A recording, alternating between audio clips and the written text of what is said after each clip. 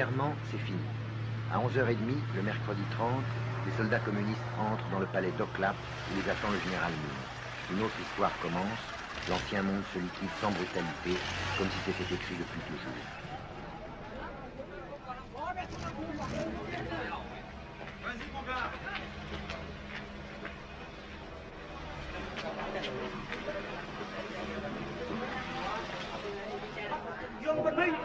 Nous avons capturé Gérard Mine, président depuis 2 jours seulement. Restons calmes et disciplinés.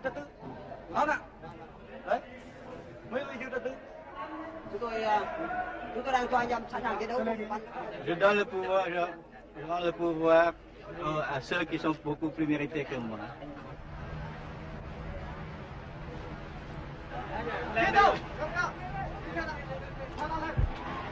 Này, qua cầu AK nhé lên. Cầm cái khẩu súng này.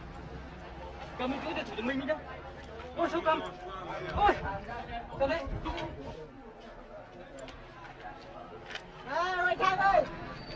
Quelques soldats perdus continuent à tirer. Ici, l'ancien hôtel de ville de Saigon.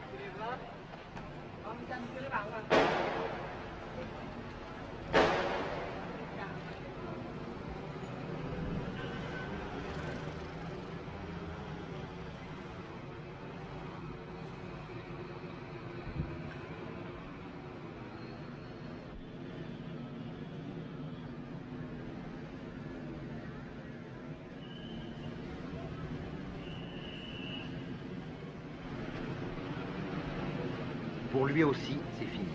Un colonel des forces de sécurité a tiré un trait sur l'ancien régime et sur sa vie qui ne voulait plus rien dire.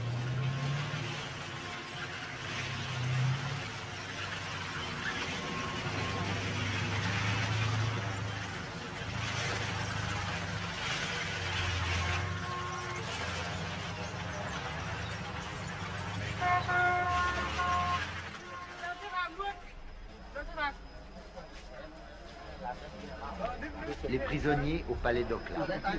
Baissez les bras, dira un soldat vainqueur. Jamais dans l'histoire on n'aura vu une ville changer de main, changer de régime, avec aussi peu de brutalité et de représailles individuelles. Un signe pour l'avenir, que chacun interprète selon ses convictions et ses hantises, prématurément. Không, bây giờ nha, nó đang thuộc ở trên. Còn nó nằm đâu?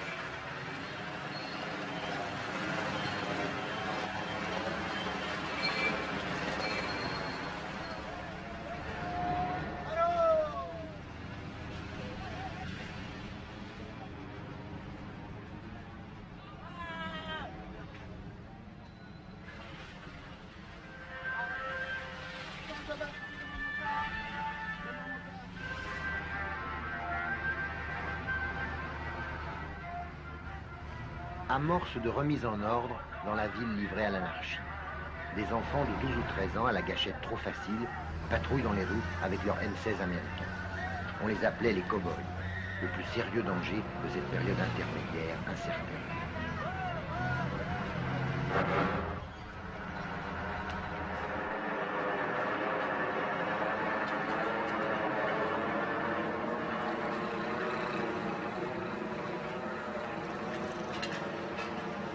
Les écoliers, pratiquement et symboliquement, nettoient Saigon de ses ordures passées.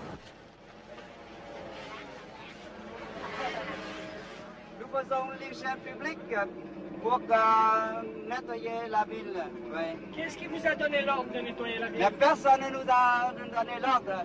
mais pas par nous-mêmes, nous faisons ce travail. Nous avons transmis l'ordre élève par élève et nous nous sommes réunis aujourd'hui quelques centaines d'élèves et nous proposons aujourd'hui de nettoyer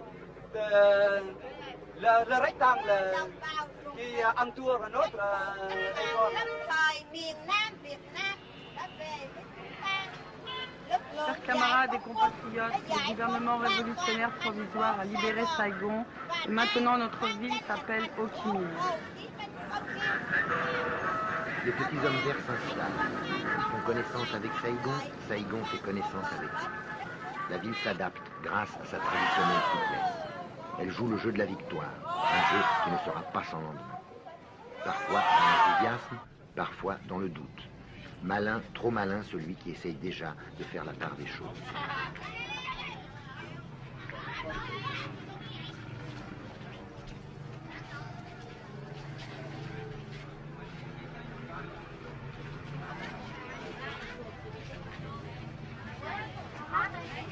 Les petits métiers continuent, les 100 métiers comme on dit. Au marché aux voleurs, les trafiquants vite rassurés vendent aux bodoïs naïfs les dernières lunettes de soleil et les derniers transistors sournoisement rafistolés. Les jolies saïgonaises, qui avaient rangé un instant leurs décadents vêtements de couleur, ressortent tout leur charme.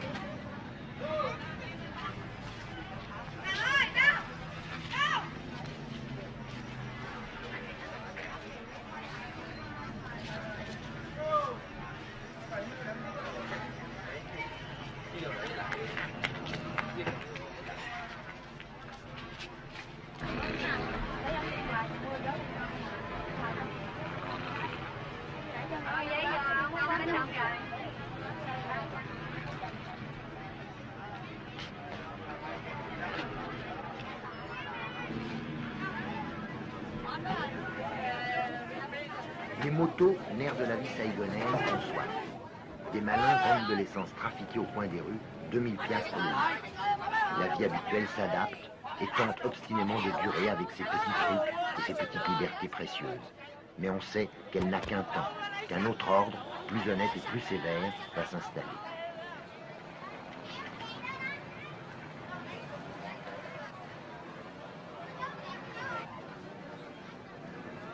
Il y en a qui sont prêts à tenter l'expérience du bonheur collectif de bon cœur. Mais pour certains, pour certaines, c'est un déchirement.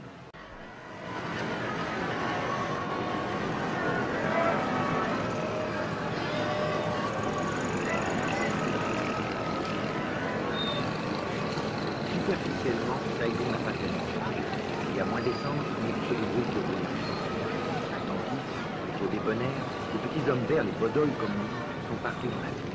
Le climat est pacifique, avec des moments de tension, comme pendant les derniers jours qui ont précédé notre départ.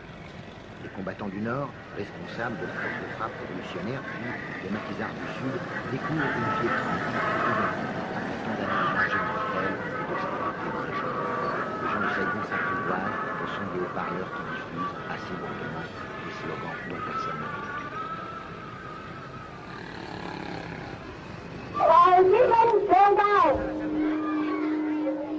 Quand est-ce que vous tournez à Hanoï? Je ne sais pas. Chúng tôi còn phải tùy theo tình hình của đất nước, tùy theo nhiệm vụ.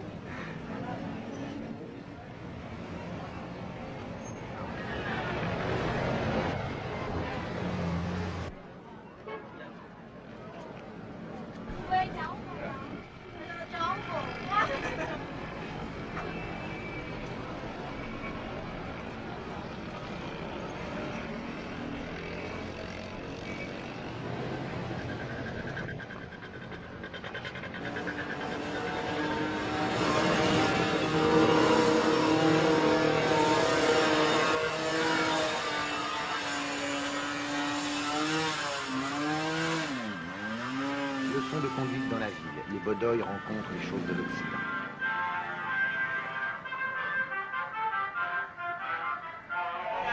Je m'appelle Tong, je suis de l'armée de libération. Đơn vị coi như thuộc quân giải phóng của đơn vị nào cả.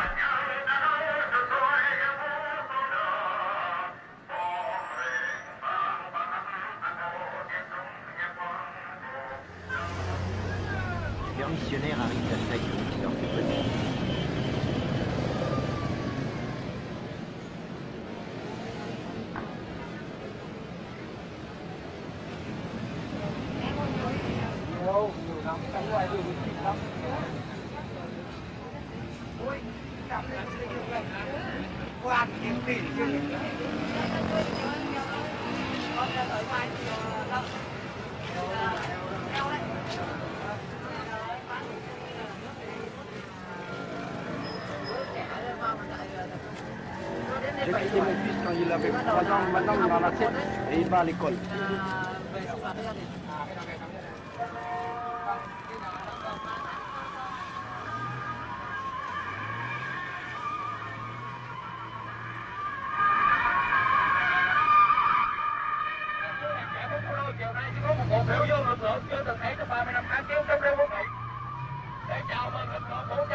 Devant le palais de Clark, partout dans la ville, naissent des manifestations ou des meetings de réunions spontanées. Toute une éducation politique qui commence. Curieux, disponible, les Saïgonais sont bons élèves.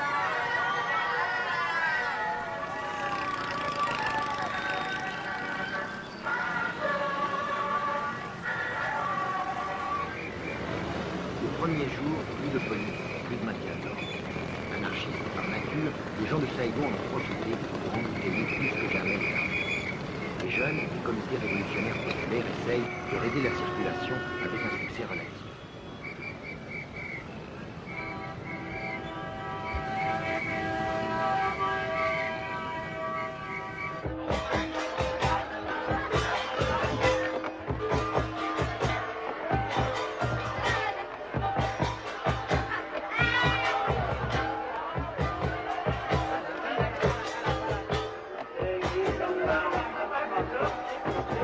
Les grandes manifestations permettent à la foule de Saïgon d'assimiler les slogans et d'apprendre l'enthousiasme de masse.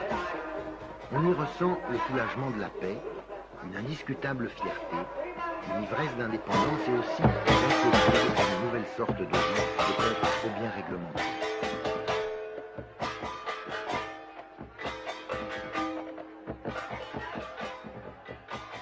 Est-ce qu'il n'y a pas une différence entre les gens du Sud et les gens du Nord? Non, je crois en ce temps-là, on s'en même.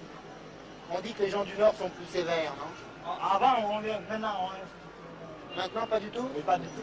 Ça vous inquiète pas qu'il y ait tous les gens du Nord, hein?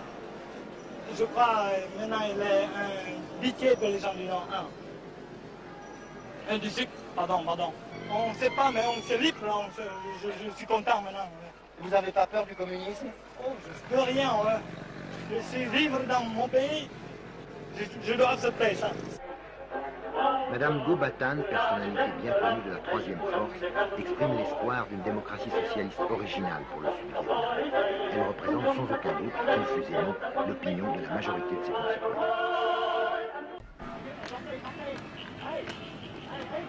Un geste qui symbolise la victoire. On démolit le fameux monument aux morts de la place Leloy qui montre deux marines marchant ensemble au combat, l'un poussant l'autre. Cette chute, c'est l'humiliation des Américains. C'est le signe de la joie des vainqueurs. Une joie paisible. Ils n'avaient jamais douté de l'issue de la guerre et voilà leur foi confirmée.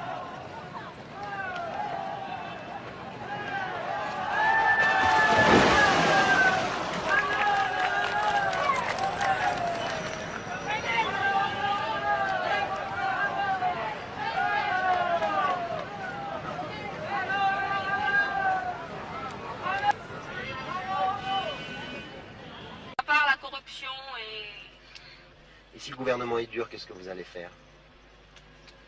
Alors on va essayer d'accepter au début. Si vraiment on ne peut pas accepter, soit peut-être qu'il y aura une révolte ou si tout le monde est courageux. Ou alors si tout le monde accepte d'accepter, accepte de supporter la vie dure là, il y aura une petite somme qui va essayer de se suicider pour essayer de raccourcir la vie, et puis c'est tout. Et puis les autres, ils restent, ils mènent leur vie dure comme ils veulent.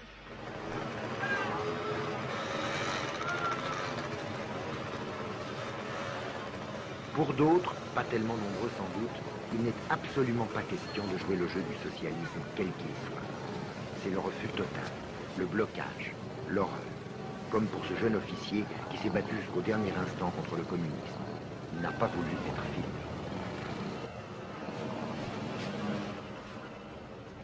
Tant que la liberté existe encore au Vietnam, je désirais vivre au Sud-Vietnam, c'est mon pays. je prenais la défense de mon pays en tant que soldat. Ce qui veut dire que je ne porte pas les habits militaires pour défendre le régime de Théon. C'est un régime pourri, mais tout le monde y retrouve son compte. À vrai dire, c'était une mode de vie qu'on a appris à vivre avec. Il y avait beaucoup de liberté dans cette pourriture. Je porte les habits militaires pour défendre mon pays contre le communisme. Je prends la défense de ma liberté et de la liberté de ma famille. Et cette liberté, hélas, ça n'existe plus. Avec le Front de Libération Nationale, avec les communistes, il n'existe plus de liberté. On n'a pas été libéré. On est fait prisonnier. Et on subira toutes les conséquences. Il n'existera plus de liberté. Et les Européens, ceux qui pensent que c'est une libération, se trompent. Il n'y a pas de libération. Il y a une conquête. On a perdu la guerre. On a été trahi. On a combattu pour rien. Et maintenant, on se demande quel sort sera réservé à nous tous. Nous, les Vietnamiens libres. Nous qui avons combattu contre le communisme. Nous qui avons reçu une instruction comme il faut. Nous sommes trop intellectuels pour être communistes.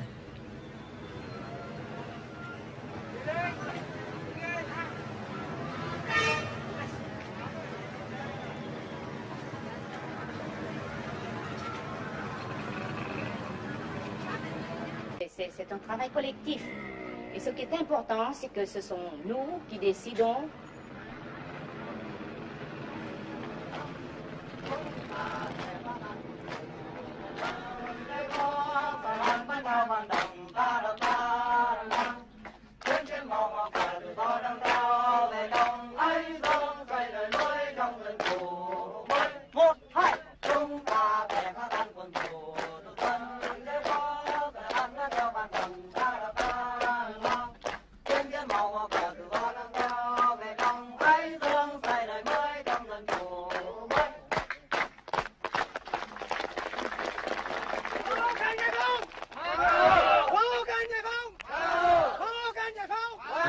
Madame le commandant Nguyen Ngoc Dung trace le chemin, raisonnable et heureux, d'un socialisme librement consenti.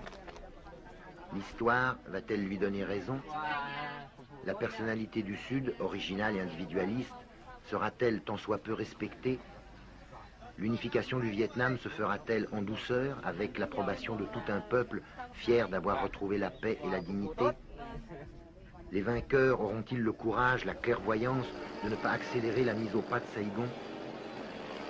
À toutes ces questions, faites d'espoir et de doute, on ne doit pas encore essayer de répondre. La Bastille a été prise il y a un mois à peine, le siège, la révolution commence à faire.